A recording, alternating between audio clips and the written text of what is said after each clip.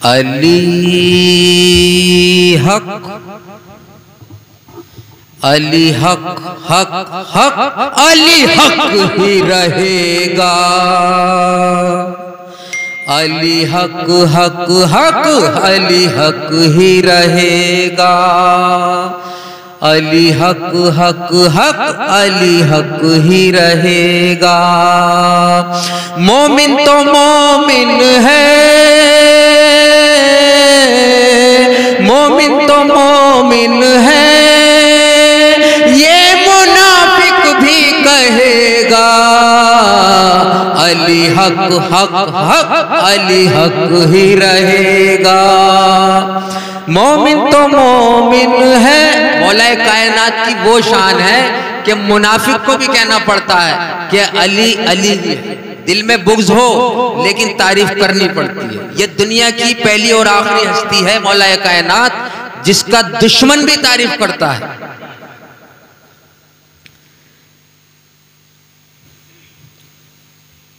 जिसने सियासत के लिए अली को सताया है, मौलाए कायनात को सियासत के लिए बहुत सताया गया। इतने जुल्म उठाए गए कि दुनिया में मिसाल नहीं मिलती है। जो इस्लाम की पहचान है, अगर इस्लाम में से मौला को बाहर रख दिया जाए तो कुछ बाकी नहीं रहता। लेकिन फिर भी मुनाफिकों ने पेट भर के सताया है। जिसने सियासत के लिए अली को सताया है, अली कुछ कहे ना कहे, अली का भाई नबी तो कहेगा। अल्लाह के रसूल कभी माफ नहीं करेंगे मौला के दुश्मन को, क्योंकि अल्लाह के रसूल की हदीस मुबारक मौजूद है। अली का दुश्मन मेरा दुश्मन, अली का दोस्त मेरा दोस्त, अली का खून मेरा खून एक है, अली और मैं एक ही नूर से हैं। मेरी नस अली की नस, मेरा गोश्त अली का गोश्त। तो अल्लाह के रसूल कभी भी मौला के दुश्मन को माफ नहीं करेंगे। अली कुछ कहे ना कहे, अली का भाई नबी तो कहेगा। जलवे अली के उम्र भर तुझको सताते रहे। मौलाए कायनात के वो जलवे रहे कि उम्र भर मुनाफिकों को सताते रहे और ता कयामत तक सताते रहेंगे। जलवे अली के उम्र भर तुझको सताते रहे। पुल सिरात का जलवा तू कैसे सहेगा। पुल सिरात पे मौलाए कायनात खड़े होंगे। यह अल्लाह के प्यारे रसूल की हदीस मुबारक है कि अली जिसको परवाना निजात देंगे वो पुल सिरात से पार होगा। दोज़ख और जन्नत को तकसीम करने वाली शख्सियत है मौलाए कायनात, मामूली हस्ती नहीं है। सियासत ये तेरी, मकारियां ये तेरी, तुझको बचा नहीं पाएंगी। बिस्मिल्लाह में बेका नुक्ता भी अली की कहेगा।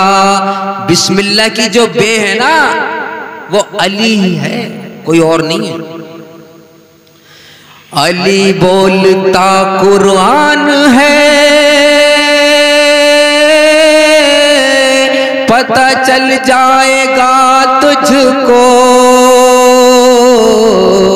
तू यहाँ कहे ना कहे,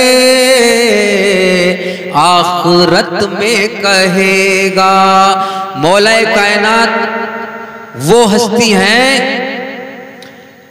जिनकी मिसाल ता कयामत तक नहीं मिलेगी। क्यों नहीं मिलेगी? क्योंकि मौलाए कायनात नबी नहीं है।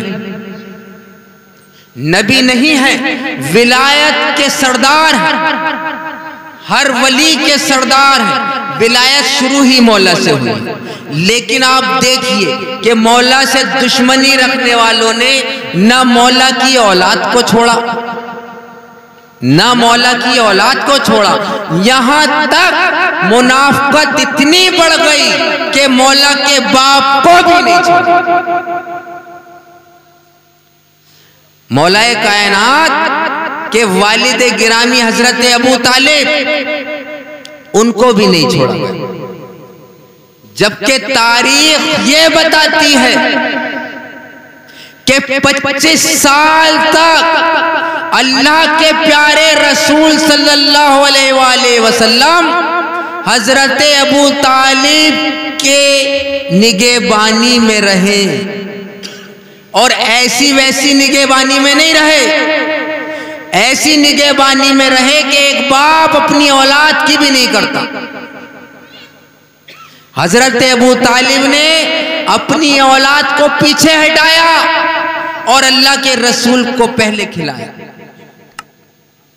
जहां खतरा देखा, नबी को हटाया, अपने बेटों को सुलाया। जहां खाने का नंबर आया, औलाद को रोक दिया, नबी को खिलाया। लेकिन फिर भी दुनिया के कुछ लोग सिर्फ दुकानदारी की वजह से मौला के बाप पर भी इल्जाम लगाते हैं। वो बेवकूफ ये नहीं सोचते कि 25 साल अल्लाह का वो प्यारा नबी जो हजरत अबू तालिब के निवाले खाता रहा, गैर मुस्लिम सुनकर क्या कहेंगे कि तुम्हारा नबी हमारा खाता रहा। कितनी डूब मरने की मकाम है कि तमाम अंबिया का सरदार, तमाम अंबिया से अफजल,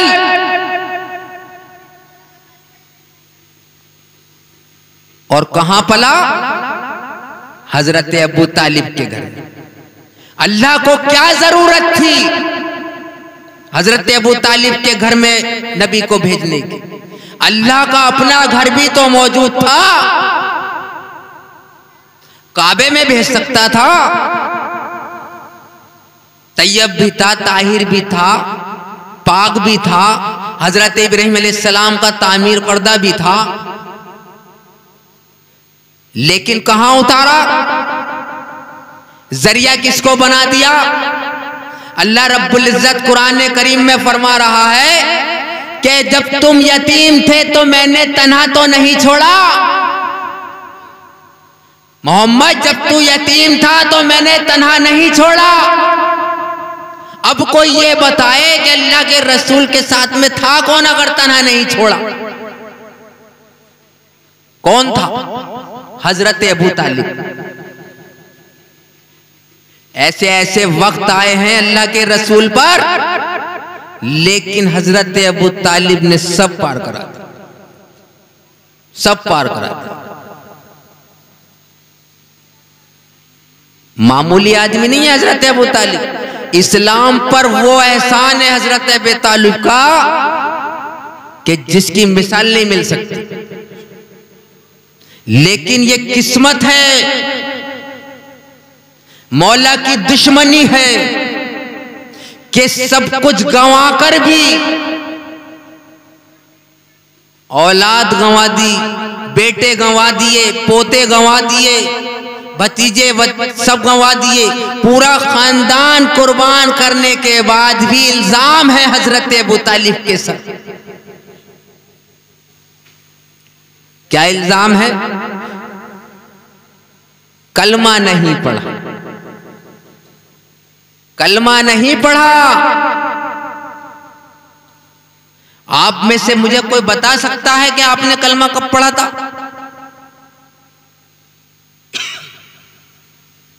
बता सकता है कोई?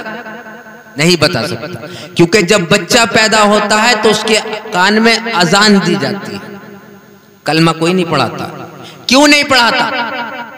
क्योंकि वो यूं इसलिए नहीं पढ़ाता कि वो मुसलमान है, ईमान वाला है, तो कलमा क्या पढ़ाएगा? जब ईमान वाले के घर में दुनिया में आया है तो कलमा क्यों पढ़ाएगा? कलमा पढ़कर मुसलमान वो होते हैं जो पहले बेईमान होते हैं, और अल्लाह के रसूल की आल तो पहले से ही चलती चली आ रही है। हजरत इब्राहीम अलैहिस्सलाम की तो आल है ये, जिनकी हम और आप कुर्बानी करते हैं। आप शजरा उठाकर देखें, पढ़कर देखें, सिलसिलेवार वही तो मामला चल रहा है। और चलिए मान भी लीजिए कि कलमा नहीं पढ़ा,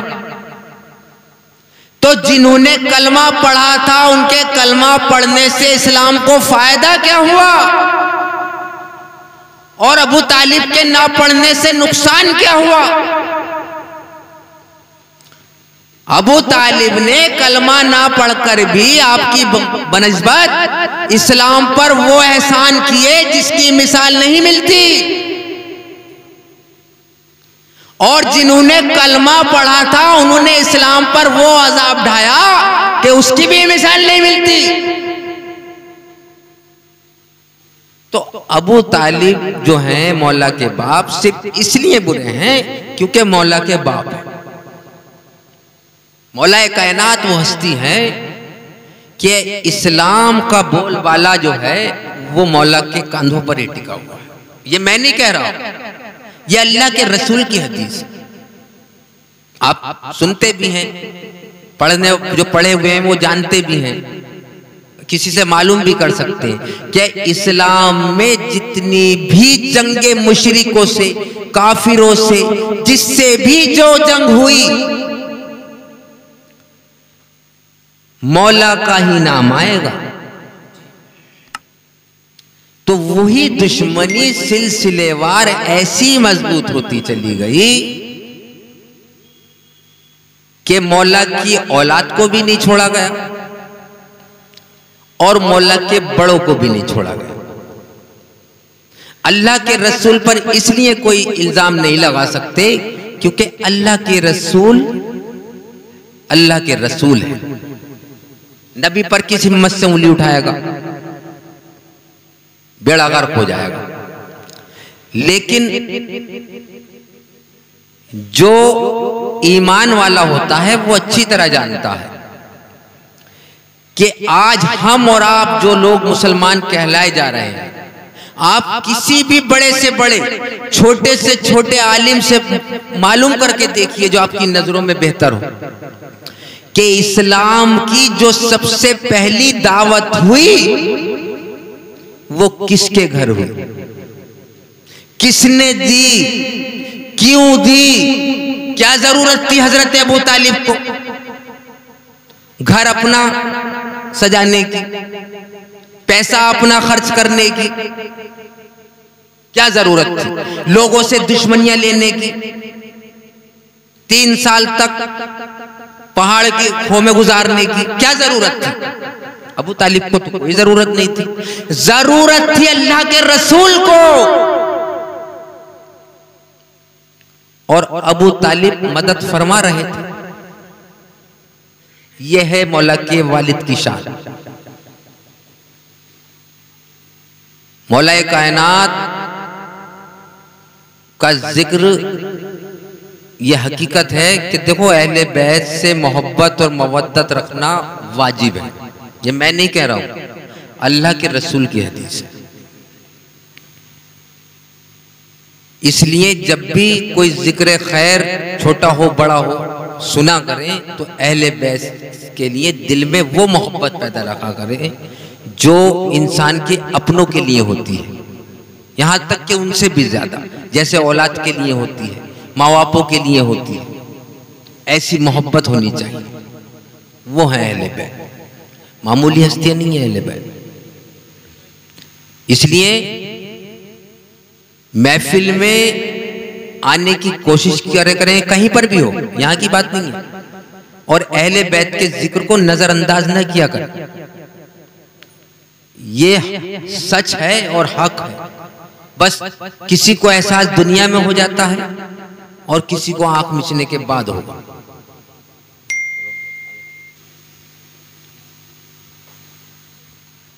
इमाम साहब थोड़ा सा बयान करेंगे फिर उसके